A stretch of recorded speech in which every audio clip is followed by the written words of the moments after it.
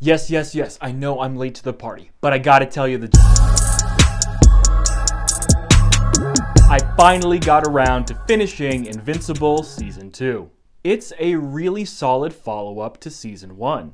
The overall story was pretty good. You still get the same feeling of gore and brutality with really endearing and heartfelt moments. I like seeing how the aftermath of Season 1 affected our main characters. Mark and Debbie were clear standouts and favorites for me this season. The layers that are added on to their characters and the journeys they go on were very compelling aspects of Season 2 for me. Even though there are parts of episodes that feel like filler, by the end of Season 2, I found that they tied everything together pretty well. Visually, it's good. Vocal performances are great, and ultimately, it leaves me wanting for more, and I cannot wait for Season 3. But there are some gripes I have with Season 2, so fair warning for some spoilers.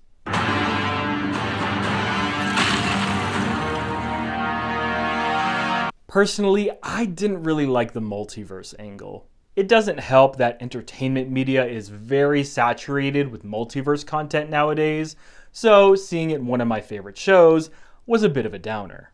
Thankfully, there wasn't too much time spent on it, but I would have preferred if it wasn't a thing at all.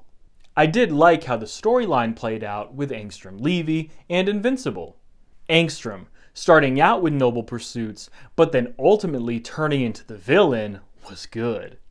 Mark, dealing with the consequences of his power and obliterating Angstrom, therein becoming like his father, a plot point his character was struggling with all season, was so satisfying. I like where this plot point ended, but honestly would have preferred if we got there by other means. The multiverse plotline is positioned as pretty significant in episode 1, but as the series played out, it seemed to be less and less important, and there wasn't really much time spent on it outside of episodes 1 and 8.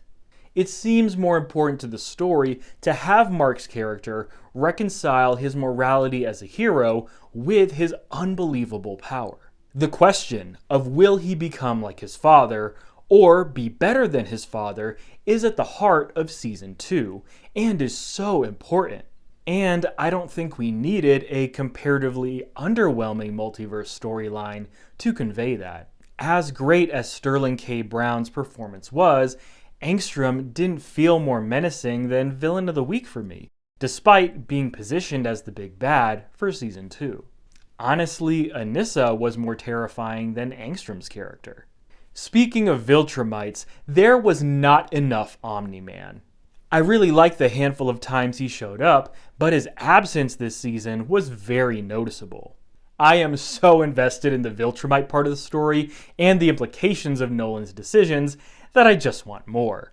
The Mark and Nolan meetup is quite good, and the outcomes because of it are quite interesting. Again, I just wish Season 2 gave us more. A final gripe I'll mention is with death. It really irked me when Rexplode survived a literal headshot.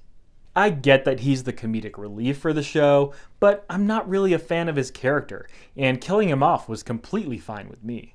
Seeing him, Shrinking Ray, Duplicate, survive what was seemingly the annihilation of the Guardians of the Globe really pulled out the rug from under me.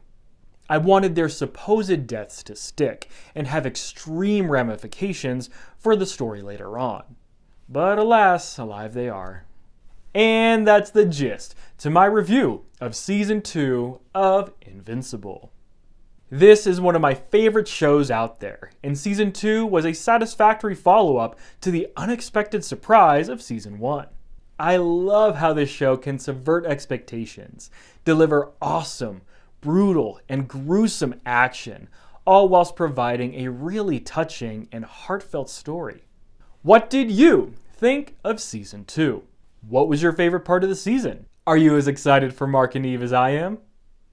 Hit me up! Let me know your thoughts in the comments down below. I'll catch you next time on The Gist.